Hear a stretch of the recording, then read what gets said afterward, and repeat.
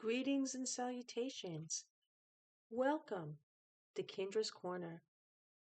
Story time. Story time is something new I'm injecting into Kindra's Corner. And whenever I don't have enough energy spoons to pump out a book review, and it's late like it is now, and my lighting isn't the great no matter what I do, I figure, well, it's not good enough to show a book, but I don't care if I look kind of ethereal here or ghostly, so it's perfect time to inject this into my channel to start sharing stories, true life stories that I have experienced from throughout my life involving witchcraft, the occult, and the paranormal in one way or the other. Some of these stories are kind of light, some of them are kind of intense. Today I'm going to start off by sharing with you a story that I had on my original YouTube channel that many of you really loved and were pretty disappointed when I took it away. Of course, you were disappointed when I took away the channel, but I know you were highly disappointed about losing that story. I guess a lot of you were amused by it. So I'm going to start story time with the story about one of the trips I took to the St. Joseph Oratory in Montreal. Now, St. Joseph Oratory is like this city's holy mecca. You could say it's just a big freaking tourist trap right now, but I guess at one point it had some holiness to it. Who knows? Um, however, I like to go there sometimes because it's a great place to get great quality candles, oils, and holy water, which is something I incorporate into my practice now and then. Like if I get a small vial of holy water, that's probably going to last me a year, even more. So, but I don't use a whole lot of it, but it is practical for certain rituals. And after all, I am a witch, right? So, heretic witch involves some heresy in my practice. And sometimes you need churchly things, and I don't want to go to the church, but we go to this big oratory. And Google it, you'll see what I mean. It's like pretty majestic looking place. It's on our mountain here, and it's up high, and it's pretty epic, you could say, but it has gorgeous grounds. The grounds are gorgeous and a really nice park. And there's a specific room behind one of their temples spaces, which I like to go in when I am there. And there's hardly anyone around, and go in there and do trance work and channeling. It's actually set up for channeling. It's like a dome top with like a skylight that looks straight into the stars, you could say. But I regress now. So, what happened? Once upon a time, in very recent years, my very good friend, soul sister, best friend, Cecilia, and I had plans to go to the cemetery in the mountain, on our Mount Royal Cemetery, which is a huge, never ending ground within the mountain. There's several levels to it in the woods. Now, to get there from where we were driving from, we had to drive by the St. Joseph Oratory. And just as we were approaching the oratory on the road, it started. The sun went away. We got thunder, lightning, heavy winds, strong storm. And even for driving wise, it wasn't good. So we had no choice but to pull over. So we decided, well, we're right, the oratory's there. Let's just park there and go in. And I figured, well, hey, I've got to pick up some holy water anyways. And maybe let's check out the candles, not to waste our day. So that's what we did. Now, our whole time there was nothing but one weird experience after the other. Now, I've been to this place many times before since I moved back to Montreal from Sweden. So since 2000, when did I come back here? 2011. From 2011 to now, or to then, which was about maybe 5 years ago, let's say, something like that, 5, 6 years ago. I've been there several times. Plus, I used to live up the road from it. My first apartment when I moved back here was literally up the road from there. But I regress. So, Cecilia and I go into the oratory. Now, we enter in, we're at the first level, which is the votive temple. Honestly, if anyone visits there, that's the best place to be in there. It's just so calming. You're surrounded by candles. It's like, I love the votive temple. And there's something kind of sort of medieval about it. And when I say medieval, let's stress on evil. That's why I like it. But anyhow, and it's dark and there's just candlelit, so I love it. Anyway, we're going through it, and at the end, well, it could be at the beginning of the Votive Temple, but for us was at the end. It really depends which way you're entering. Where we entered, it's at the end because the Votive Temple is just kind of like straight. There's these two big marble bowls on pedestals before you enter into the next room, and those bowls are filled with holy water. So we were going to fill up some little bottles that we picked up and holy water in it. Well, they were empty. Now, it could be just that they didn't get refilled, or it was just because the place was under construction at the time. It's always under construction, but this is when they first started the construction to expand in it. So the information desk was literally right outside. It was like an opening. It's not a door, but it's like an opening, and the information desk is there. The woman was staring at us, but she was staring at us from far from when we first entered the votive temple, which was weird. The whole day, people just stared at us as if we were glowing green or something. It was like really strange. But she's looking at us and she's like, "This, what do you want?" We're like, "Oh, we just want to get holy water." So she's like, "Oh, if you want holy water, you have to see the priest and he has to pray for you." We're like, "What? No, I don't want to pray for you." She says, "He has to bless you, or you're not going to get holy water." And we're like, "So there's a priest just waiting around to bless people and give out holy water." So she said, "Just follow the red line." And there literally was this red line on the floor leading to the priest's office. Soon as you walk in, there's these giant vats. They look like giant canteens, like coffee canteens. There's like two or three of them, but they're huge. And a tap, of course, the Bamiya Hall canteen is. And apparently that's where filled with holy water. Now, the holy water, what's special about this holy water is that it's straight water from the mountain. Like there's a little room, a section you walk through when you're in the oratory, and there's literally water dripping. Like it's built into the mountain, so the whole wall is like stone because it's in the mountain, and you have the mountain water dripping there. Well, they collect that for the holy water, and then of course it's obviously blessed. In this case, it seems like you have to get it blessed, but we didn't want the blessed. We want the pure mountain water.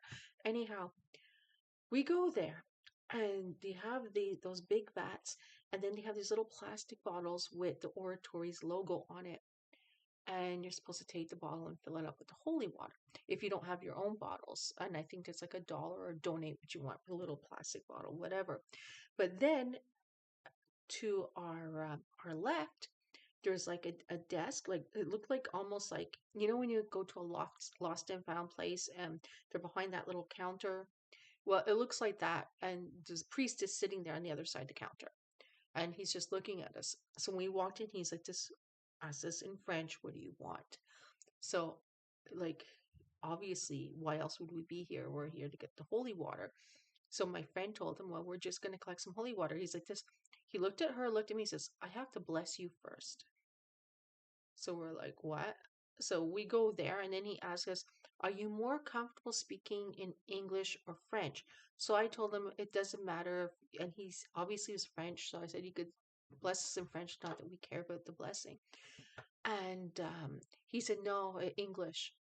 Then my friend, she was wearing like my friend is she's actually a female football player, so she's very sporty and she's quite tall and built, and she was wearing this kind of white wife beater top, but she's full of tattoos. So you see all her tattoos, and she has this tattooed writing. It's actually some kind of prayer in an indigenous language because she is part a native.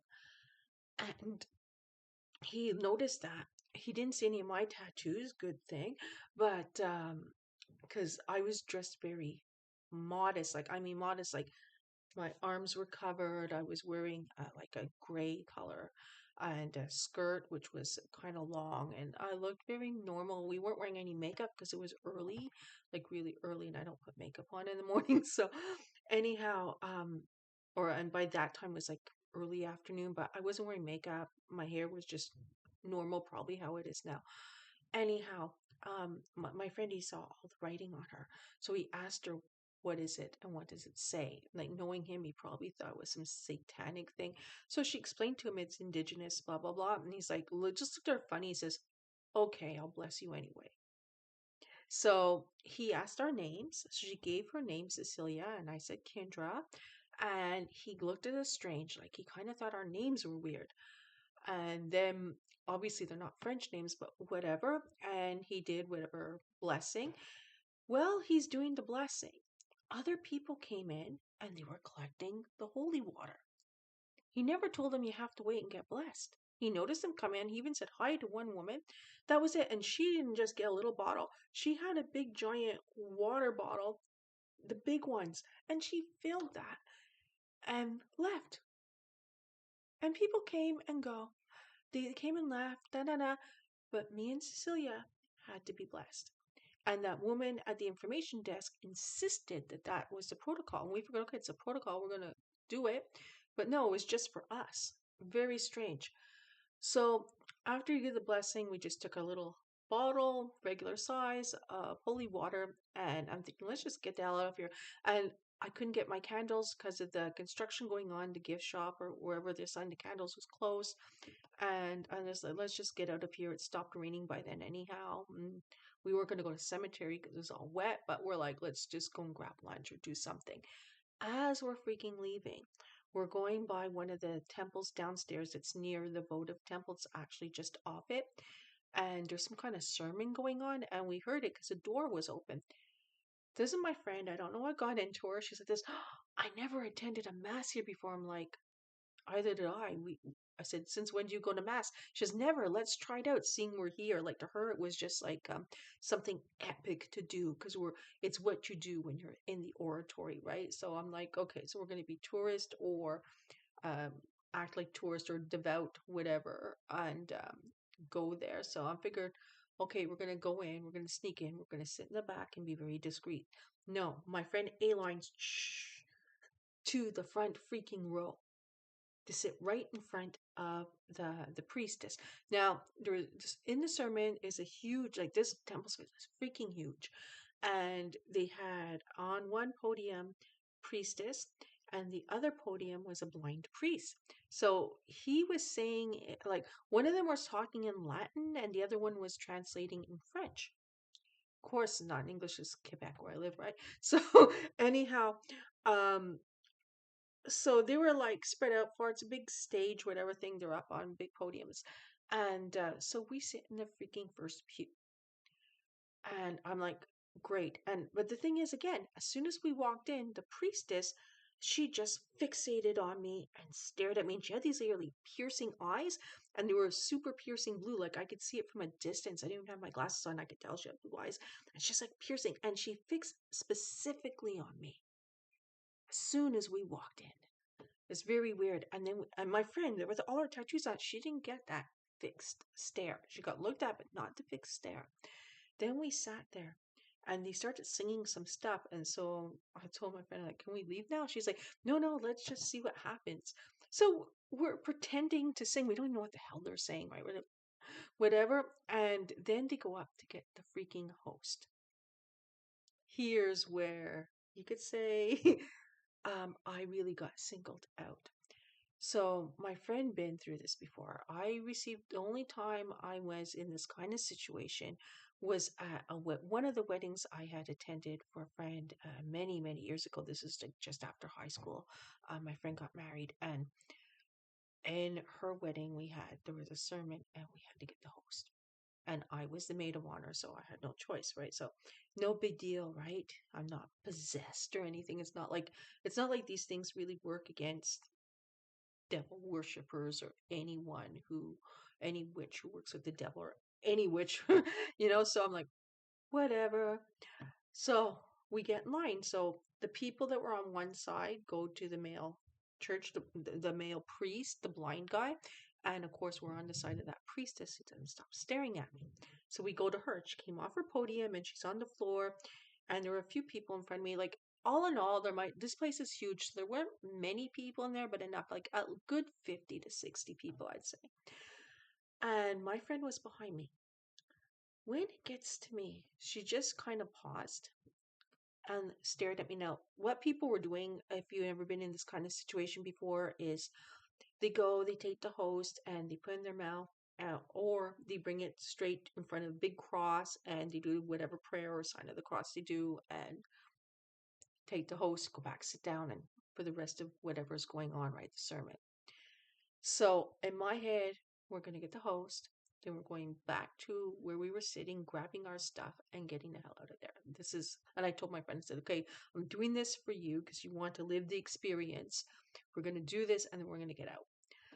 Well, anyway, when it gets to me, like she had no problem. She gives people the host. I guess she's saying bless you or whatever thing she's saying in her language to people. Gets to me, she just paused and stared at me for several moments, not a full minute, but it felt like an eternity. And then she goes to give me the host. And they don't put it in the mouths anymore because what I experienced before is put in your mouth, they give it to you, right? So I put my hand out to get it. She goes to take it. And just as I'm about to grasp it, she takes it away. And then she looks at me and she's like, this, are you baptized? Of course, I'm an honest, transparent person. And the first words out of my mouth is the other truth. No. And it's true. I'm not baptized.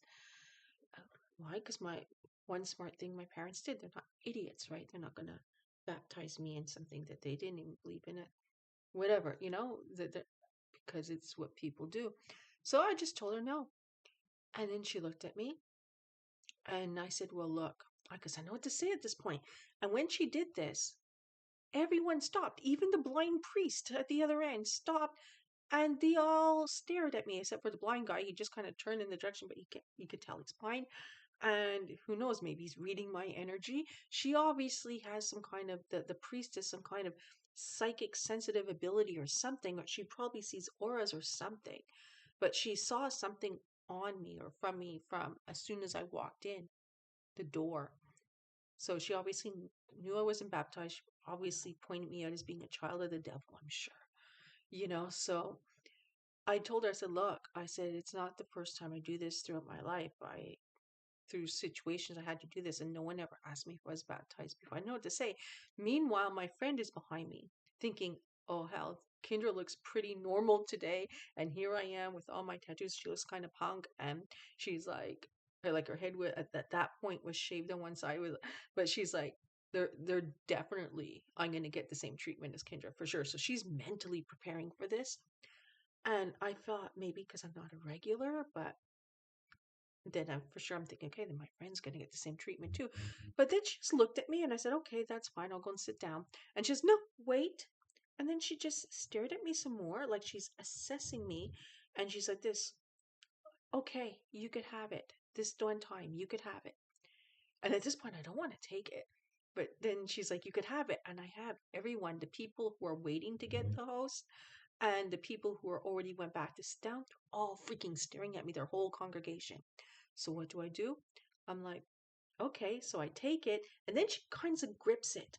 Like she doesn't want to fully give it to me. And I just want to get out of this situation and get the hell out of there. And she's like, but I have to see you put it in your mouth. I'm like, what? She's like, this, gotta put it in your mouth. She's telling me this in French. And I'm like, okay. And she said this, in your mouth. So I didn't think of it at the time. At first I'm thinking, what, does she think I'm going to burst into flames? Or that I'm possessed or something? And she wants to just prove to everyone, see, I knew it, that girl, she's like a devil's child or something. Or I thought about it later on, like way later on. Did she fear I was going to take the host, put it in my purse, sneak it out of there, and then use it, desecrate it somehow in a satanic ritual? That could have been what she was thinking. Now, I didn't think about this till like way after the fact, but it could have very well been. But even then, it was just the way she pegged me out as soon as we walked in. Strange. So I took it and I was scared at this point to put it in my mouth. And they're kind of big, those holes, right? And they're round. And I have like, issues with texture and that. Like, I don't know, maybe I'm gonna gag. So she's like, in your mouth, put it in your mouth. And then she's like, staring. So everyone's staring. Like it was like freaking utter nightmare. So I put in my mouth. Then after a few seconds, she said this, you could go and sit down now. You're okay. Don't worry. You're okay. So I go back, head back to just the pew to pack up my stuff to get the hell out of there. Meanwhile, I'm like, oh great, what's gonna happen now with Cecilia? Nothing. Nothing at all. Cecilia goes, she takes the host, no questions, no staring, no, are you baptized? No, are you, nothing, no problems. So then Cecilia comes up and she says, man, that was weird. I'm like, we're getting the hell out of here now. So we left. So that's a story of me at the oratory, but it doesn't end there that day. Because we were already in the vicinity, now we weren't going to go in the cemetery in the mountain because we knew after the rain it's going to be really muddy. But we went to this other place, which is kind of like across the giant highway or street of where the entrance of the cemetery is. It's a place called Beaver Lake. So we said, let's just go to Beaver Lake and chill out. So we went there. And we went to this little spot. There were people hanging out there at that point, and I guess kids playing and doing little barbecues or whatever. We went a bit further away from everyone, and we had all our stuff that we were going to do a ritual in the cemetery, but instead we just did a nice energy bubble around us, blocked out everything out, listened to nature, did a little meditation, and we started doing drumming because we had our instruments and stuff. And we had our drums and our rattles, and we started doing this and getting into trance.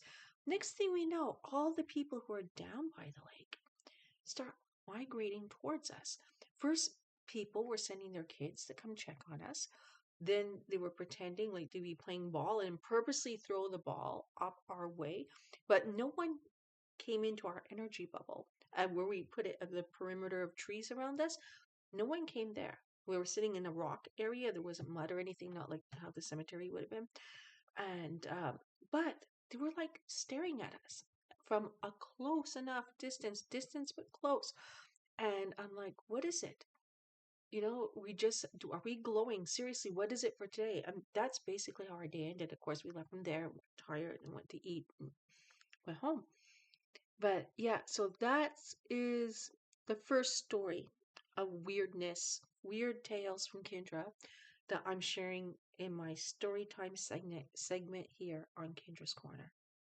So I hope you all were entertained by that. Darkest blessings under Lucifer's light. Catch you next time.